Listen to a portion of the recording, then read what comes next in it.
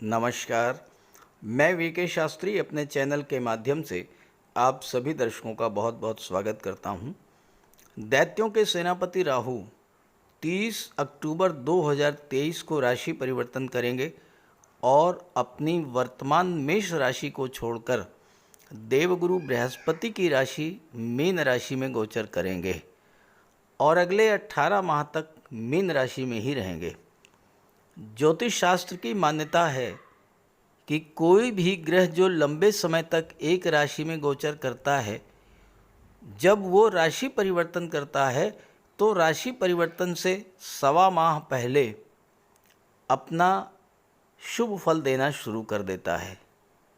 तो राहु जाते जाते क्या देकर जाएंगे, क्या वरदान देंगे तुला राशि के जातकों को, क्या शुभ फल प्राप्त होगा, यही है आज की चर्चा का विषय। आज के इस वीडियो में इस बात पर चर्चा करेंगे कि न केवल सवा माह बल्कि आने वाले दिनों में भी राहु आपके लिए अच्छा फल प्रदान करें, आप पर राहु की कृपा बनी रहे, इसके लिए क्या किया जाए। क्योंकि आज के भौतिकतावादी युग में राहु ही वो ग्रह हैं जो आपको वो सब कुछ दे सकते हैं जो आप पाना चाहते हैं। तो राहु जाते जाते तुला राशि के जातकों को क्या देकर जाएंगे, इसी का विश्लेषण करेंगे इस वीडियो में।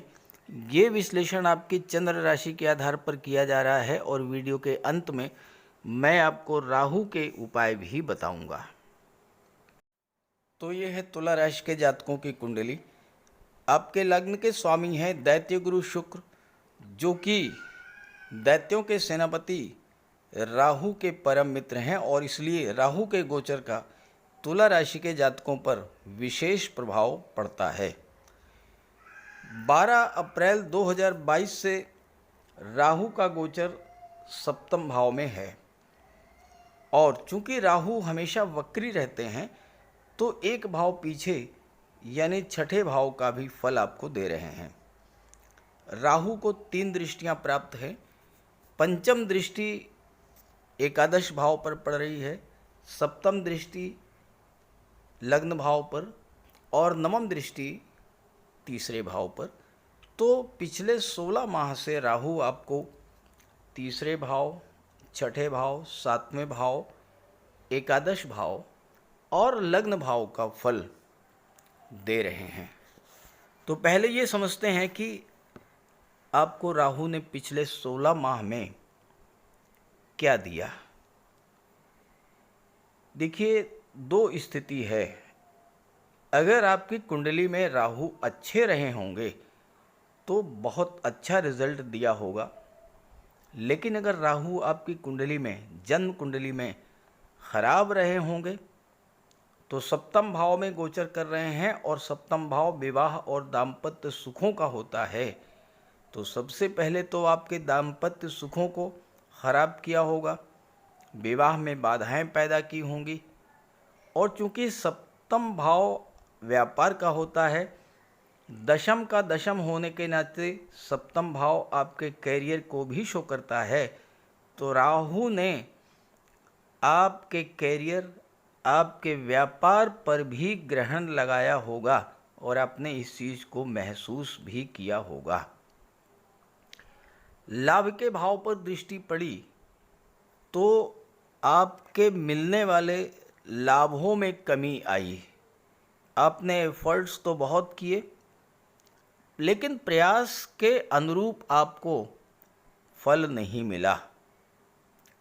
11वां भाव आपकी इच्छा पूर्ति का होता है और आपकी इच्छाएं अधूरी रह गई होंगी, सपने अधूरे रह गए होंगे, खर्चे इतने बढ़ गए होंगे कि आपका लाभ जो है वो जितना हुआ होगा उससे कहीं ज़्यादा खर्चे हुए होंगे।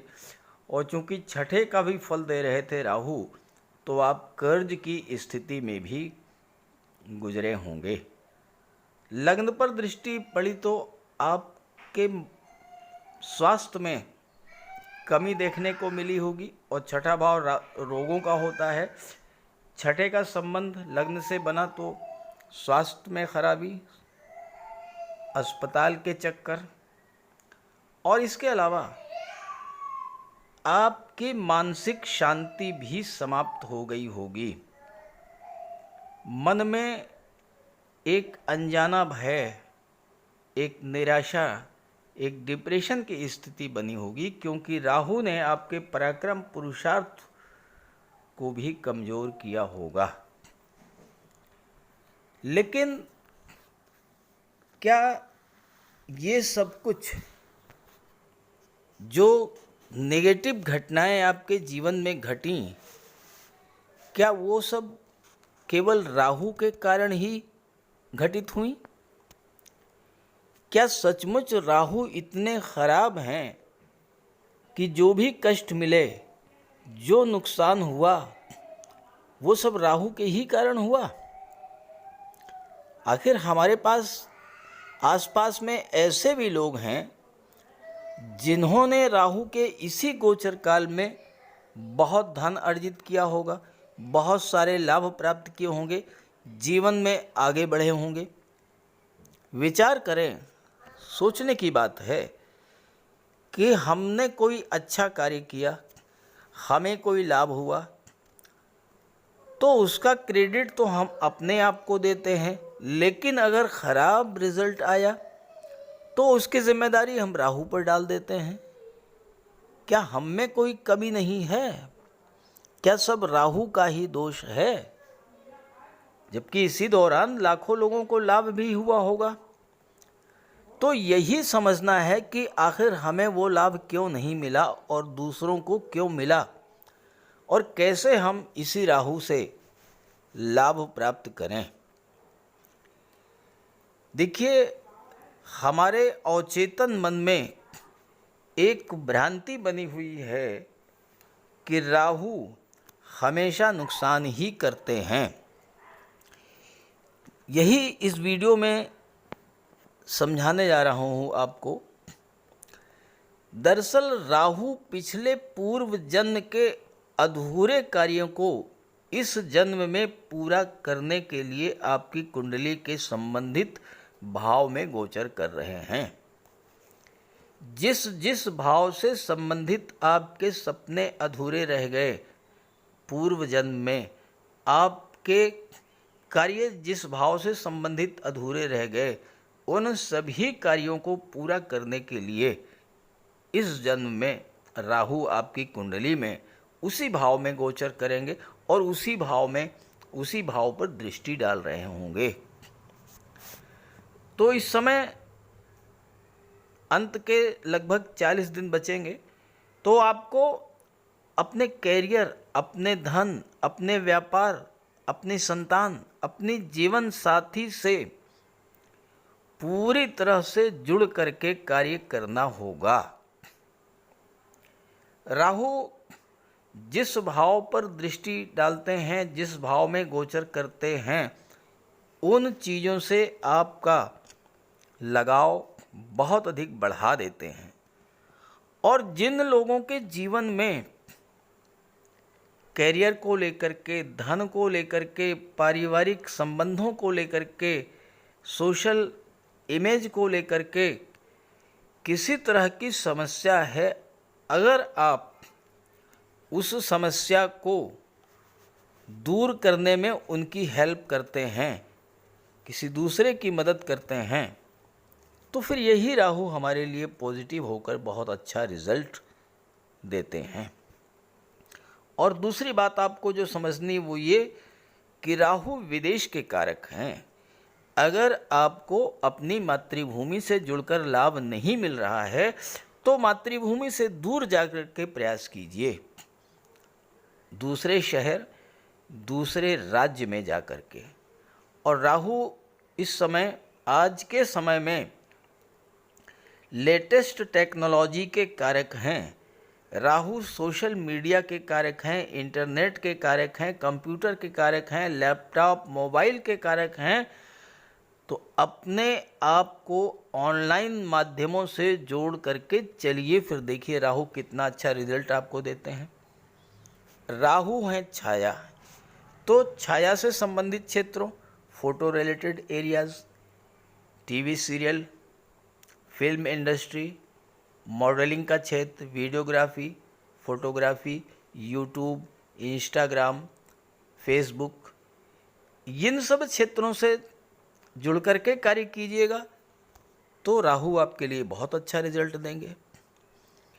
हालांकि फिल्म इंडस्ट्री या टीवी सीरियल्स का संबंध तो उसी स्थिति में बनेगा जब आपके राशि के स्वामी शुक्र आपकी कुंडली में मजबूत स्थिति में होंगे, तो आपका संबंध फोटो रिलेटेड एरियाज से, फिल्म इंडस्ट्री से, मॉडलिंग से, टीवी सीरियल से बनेगा। राहु असीम विस्तार के कारक होते हैं, एक्सपेंशन के कारक होते हैं। आप अपने कार्य क्षेत्र का विस्तार करने की सोचिए बिना किसी डर के। और फिर देखिए, राहु उन कार्यों को जो आप पिछले जन्म में पूरा नहीं कर पाए थे वो इस जन्म में पूरा करेंगे और जाते जाते आपको बहुत अच्छे रिजल्ट दे करके जाएंगे। अगर आपने राहु को समझ लिया तो राहु के आने वाले 18 माह आपके लिए बहुत अच्छे रहेंगे और जाते जाते राहु आपको सप्तम भाव, एकादश भाव, लग्न भाव, तीसरे भाव से और छठे भाव से संबंधित चीज़ों का लाभ भी दे करके जाएंगे। तो अब आइए समझते हैं कि राहु जाते जाते आपको क्या दे करके जाएंगे। राहु का गोचर कुंडली के सप्तम भाव में है और वक्री होने के कारण राहु छठे का भी फल प्रदान करेंगे। तो जाते जाते राहु छठे भाव और सातवें भाव दोनों का फल देंगे। अब छठा भाव, सातवां भाव क्या होता है? सातवां भाव होता है आपके दाम्पत्य सुखों का, विवाह का, पार्टनरशिप का, व्यापार का, आपकी डेली इनकम का और आपकी सोशल इमेज का। सप्तम भाव जो है वो तुला राशि का होता है और तुला राशि क्या है? तुला राशि है न्याय, तुला राशि है संतुलन, तुला राशि है व्यापार। तो यहाँ पर राहु के प्रभाव से व्यापार के नए नए अवसर मिलेंगे। अगर आप काफ़ी दिनों से व्यापार नौकरी में कोई परिवर्तन करना चाह रहे थे या कोई नई नौकरी, नया व्यापार शुरू करना चाह रहे थे, तो ये आपके लिए बहुत अनुकूल समय रहेगा। तुला राशि शुक्र की राशि है और शुक्र राहु के मित्र हैं। ऐसे में व्यापार में उन्नति के प्रबल योग बनेंगे। पार्टनरशिप में व्यापार करना चाहते हैं तो आपको अच्छा पार्टनर मिलेगा जो कि व्यापार को नई ऊंचाइयों पर लेकर के जाएगा। जीवन में आप संतुलन बनाकर चलना सीखेंगे और राहु का ये गोचर आपके दाम्पत्य जीवन में खुशियों की सौगात लेकर के आएगा। राहु जिस भाव में गोचर करते हैं, जिस भाव पर दृष्टि डालते हैं, उस भाव से हमारा बहुत गहरा लगाव होता है। डीप अटैचमेंट के कारक होते हैं राहु। तो अगर आपका कोई लव रिलेशंस पहले से था, उसमें और अधिक प्रगाढ़ता आएगी और अचानक से आपके विवाह के योग बनेंगे। विवाह में आ रही किसी भी तरह की बाधा समाप्त होगी और आपका विवाह संपन्न होगा। यहाँ पर राहु आपको अपने जीवन साथी के प्रति इतना डीप अफेक्शन पैदा करेंगे कि जीवन साथी के साथ किसी तरह का तनाव था भी वो समाप्त होगा।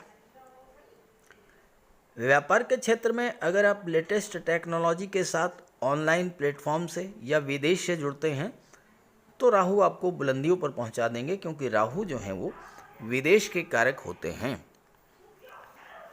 राहु की दृष्टि एकादश पर और तीसरे भाव पर पड़ेगी तो बड़े भाई बहनों से, रिश्तेदारों से लाभ मिलेगा। छोटे भाई बहनों का भी आपको सहयोग मिलेगा। विवाह के अच्छे अच्छे रिश्ते आएंगे। आपकी डेली इनकम भी बढ़ेगी और आप आपकी जो सोशल इमेज है उसमें भी सुधार आएगा। छठे भाव का भी फल देंगे। छठा भाव होता है कर्ज का, छठा भाव है रोग का, छठा भाव है कंपटीशन का, छठा भाव नौकरी का है, छठा भाव सोशल सर्विस का है। यहाँ पर छठे भाव में, तीसरे भाव में और 11वें भाव में राहु बहुत अच्छा रिजल्ट देते हैं। राहु के अंदर अतीन्द्रिय शक्ति होती है और राहु के प्रभाव से आपकी इंट्यूशन पावर बढ़ेगी। भविष्य में क्या होने वाला है इसका आपको पहले से आभास हो जाएगा और उससे आप अपनी सुरक्षा कर ले जाएंगे या उससे आप लाभ ले जाएंगे। राहु छठे भाव का फल प्रदान करेंगे तो आपको कर्ज से मुक्ति मिलना शुरू हो जाएगी। क्योंकि आपके लाभों में वृद्धि करेंगे तो कर्ज से राहत आपको मिलेगी। जहाँ तक कंपटीशंस की बात है, छठे भाव में राहु के सामने कोई व्यक्ति टिक ही नहीं सकता है। इतनी स्ट्रॉन्ग विल पावर और स्ट्रगल करने की क्षमता प्रदान करते हैं राहु। राहु आपको अचानक से धन प्राप्त कराएंगे और आपका कर्ज उतर जाएगा। छठा भाव सर्विस सेक्टर का होता है। यहाँ पर राहु आपके लिए गवर्नमेंट जॉब के द्वार प्रशस्त करेंगे और अगर आप सोशल सर्विस में जुड़े हैं तो राहु आपको पॉलिटिक्स के क्षेत्र में बहुत आगे ले जाएंगे। अब बात कर लेते हैं राहु के दृष्टियों के बारे में। राहु की पंचम दृष्टि कुंडली के एकादश भाव पर पड़ेगी, लाभ के भाव पर। और एकादश भाव ये आपकी इनकम का, आपकी आय का, आपके लाभ का और आपकी इच्छाओं का होता है। लाभ भाव में राहु को सर्वाधिक लाभ देने वाला माना गया है। अचानक से धन लाभ का योग बनेगा। हर वो कार्य जो आप करेंगे उससे आपको लाभ होगा।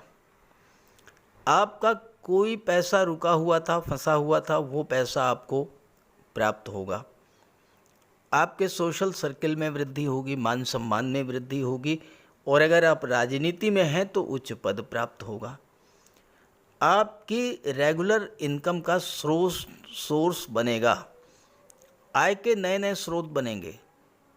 जो भी कार्य कर रहे हैं उससे तो आपको आय होगी ही, उससे हटकर भी अन्य स्रोतों से धन की प्राप्ति होगी। 11वां भाव आपके सपनों का होता है, आपकी इच्छाओं का होता है और राहु आपकी डिज़ायर्स को शो करते हैं। आपका कोई पुराना सपना, कोई पुरानी इच्छा पूरी होगी। आप गवर्नमेंट से जुड़े हों, राजनीति से जुड़े हों, व्यापार व्यवसाय करते हों, इस समय आपको हर तरफ से धन की प्राप्ति होगी। लॉटरी से, शेयर से, मार्केटिंग से, लेखन से, अभिनय से, कला से, सोशल मीडिया से, film industry, TV serials, modelling, इन सब क्षेत्रों से आपको धन की प्राप्ति होगी। एकादश भाव पर राहु की दृष्टि पड़ने का इतना व्यापक प्रभाव होता है कि आपके भाई बहनों को भी धन की प्राप्ति होगी। हालांकि अचानक से बहुत ज़्यादा धन आ जाने से आपकी महत्वाकांक्षा गलत मोड़ भी ले सकती है। इस चीज़ को लेकर आपको सावधान रहना होगा। राहु की दृष्टि लग्न पर पड़ेगी जो कि आपका व्यक्तित्व होता है। आप अपने व्यक्तित्व में एक बहुत बड़ा परिवर्तन महसूस करेंगे। सबसे पहले आपकी मानसिक चिंता समाप्त होगी। मन में जो अनजाना भय, डर था वो समाप्त होगा। स्वास्थ्य में सुधार आएगा। मंगल की राशि में गोचर कर रहे हैं राहु और मंगल की राशि में गोचर करने के कारण जल्दबाजी में कोई गलत निर्णय हो गया था तो वो भी सुधारा जाएगा। राहु के विरुद्ध भीतर अतीन्द्रिय शक्ति होती है। आप अपने विरुद्ध किए जा रहे षड्यंत्रों को समझने में सक्षम होंगे और उससे बाहर निकलने में भी सक्षम होंगे। मन की नेगेटिविटी दूर होगी, नए उत्साह का संचार होगा। और आप ये समझ पाने में सक्षम होंगे कि किन कारणों से अभी तक आपको असफलता मिली और आप उन कारणों को दूर करेंगे।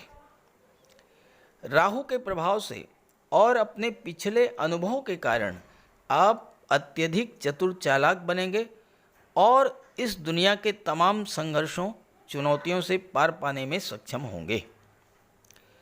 राहु डीप अटैचमेंट के कारक होते हैं। आपका अपने आप से लगाव बढ़ेगा। आप ये समझेंगे कि आप में क्या कमी रह गई थी, किन कर्तव्यों के निर्वहन में कमी रह गई थी, कौन से गलत निर्णय हो गए थे, कैसे पिछली कमियों को मैनेज किया जाए, किस तरह से कार्य किया जाए कि पिछली गलतियां रिपीट ना हों। इन सब बातों को आप बहुत अच्छे से समझ पाएंगे। आपने ये भी देखा होगा कि राहु के इसी गोचर के दौरान बहुत से लोगों ने उन्नति भी की होगी, धन प्राप्त किया होगा, उनके कार्य भी बने होंगे, उनके सपने भी पूरे हुए होंगे। तो जाते जाते राहु आपको यही समझा करके जाएंगे कि आप अपनी पिछली कमियों गलतियों से सीख लेकर आगे बढ़ें और राहु को लेकर आपके मन में जो भ्रांति थी वो भी दूर होगी और यही राहु आने वाले समय में आपको बहुत कुछ प्रदान करेंगे। कुंडली के सप्तम भाव में गोचर करते हुए राहु की दृष्टि तीसरे भाव पर पड़ेगी और तीसरे भाव में राहु बहुत अच्छा रिजल्ट देते हैं क्योंकि तीसरे भाव में राहु अति विशिष्ट कारक होते हैं। तीसरा भाव आपके पराक्रम पुरुषार्थ का होता है, आपकी कम्युनिकेशन स्किल का होता है, छोटी यात्राओं का होता है, छोटे भाई बहनों का होता है, ऑनलाइन एक्टिविटीज़ का होता है, मार्केटिंग को शो करता है। तीसरा भाव मीडिया और पत्रकारिता को भी शो करता है और राहु इन सब चीज़ों के कारक हैं। राहु एक्सपेंशन को शो करते हैं और राहु आपकी महत्वाकांक्षा को भी शो करते हैं। और चूंकि तुला राशि शुक्र की राशि है, शुक्र के प्रभाव से आप अपनी कला में, अपने कार्यों में परफेक्शन लाएंगे। धन तभी मिलता है जब कला में परफेक्शन आए, आपके कार्यों में परफेक्शन आए और तभी आपको लाभ मिलता है। साथ ही साथ ऑनलाइन प्लेटफॉर्म से जुड़ करके अगर आप कार्य करेंगे तो बहुत अच्छा रिजल्ट आएगा। आप अपने क्षेत्र में ज़्यादा से ज़्यादा लाभ अर्जित करना चाहेंगे, चाहे इसके लिए आपको कितना भी परिश्रम करना पड़े। और तीसरे भाव में राहु की दृष्टि आपकी विल पावर को स्ट्रॉन्ग करेगी, कॉन्फिडेंस लेवल आपका बढ़ेगा। भाई बहनों या रिलेटिव्स के साथ आपके संबंध अगर ख़राब हुए थे तो उनमें भी सुधार आएगा। अगर आप टूर एंड ट्रेवल या मार्केटिंग से जुड़े हैं तो राहु का ये गोचर आपके लिए विशेष महत्व का है। आपके जीवन में कितना भी ज़्यादा संघर्ष हो, कितनी भी बड़ी चुनौती हो, कितनी भी बड़ी समस्या हो, राहु जाते जाते उन समस्याओं को दूर करके जाएंगे। तीसरे भाव में राहु आपकी इंट्यूशन पावर में भी वृद्धि करेंगे, आपको चतुर चालाक तो बनाएंगे ही, धन के संचय में भी प्रवीण बना देंगे क्योंकि तीसरे भाव में राहु व्यक्ति को बहुत अधिक धन दौलत वाला और साहसी बनाते हैं। तो इस तरह से राहु जाते जाते आपको बहुत कुछ दे करके जा रहे हैं। बस ये ध्यान रखना है कि राहु अगर आपकी जन्म कुंडली में कमज़ोर हैं, पीड़ित हैं या आपके जीवन में राहु की महादशा या अंतर्दशा गतिमान है तो आप राहु का उपाय अवश्य कर लीजिएगा। बात करते हैं उपायों पर।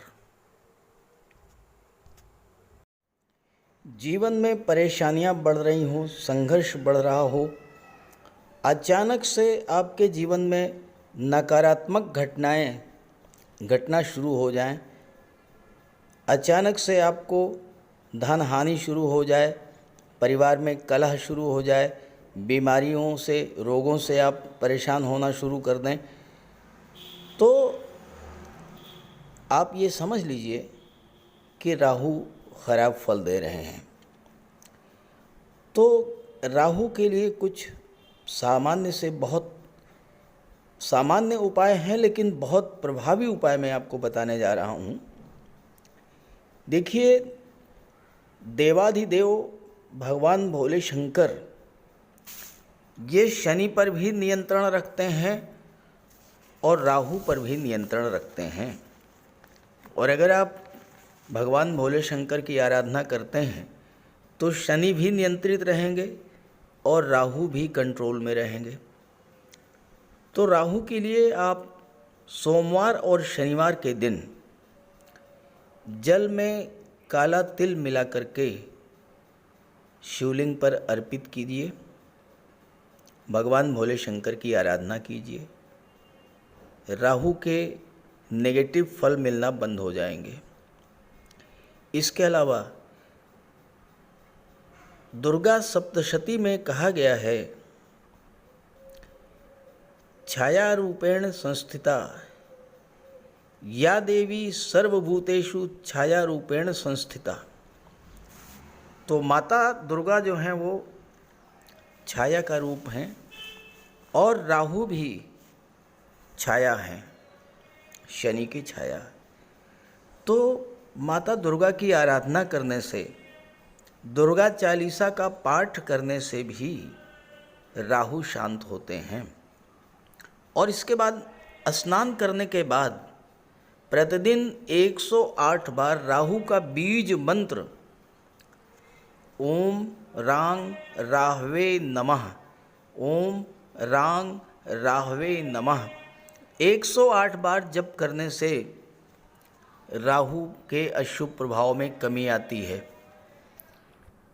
स्नान करने के जल में कुश डालकर स्नान करने से भी राहु नियंत्रित होते हैं। और शनिवार के दिन सुबह पीपल के वृक्ष में जल चढ़ाने से और शाम को घी का दीपक जलाने से भी राहु नियंत्रित होते हैं। और इसके अलावा पक्षियों को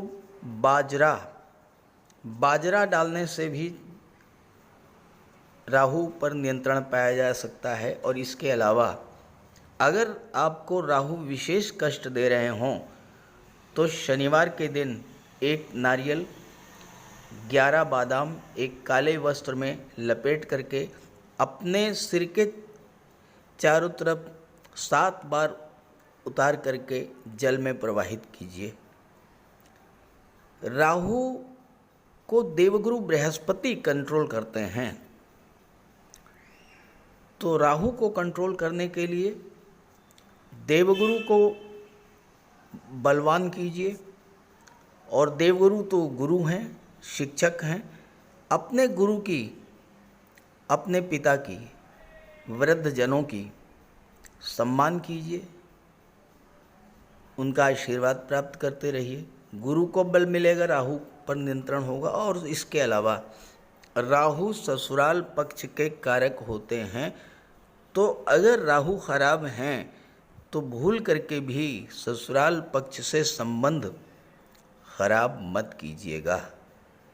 तो ये छोटे छोटे उपाय हैं। और इसके अलावा गोमेद भी धारण किया जा सकता है, लेकिन किसी योग्य ज्योतिषी की सलाह लेकर।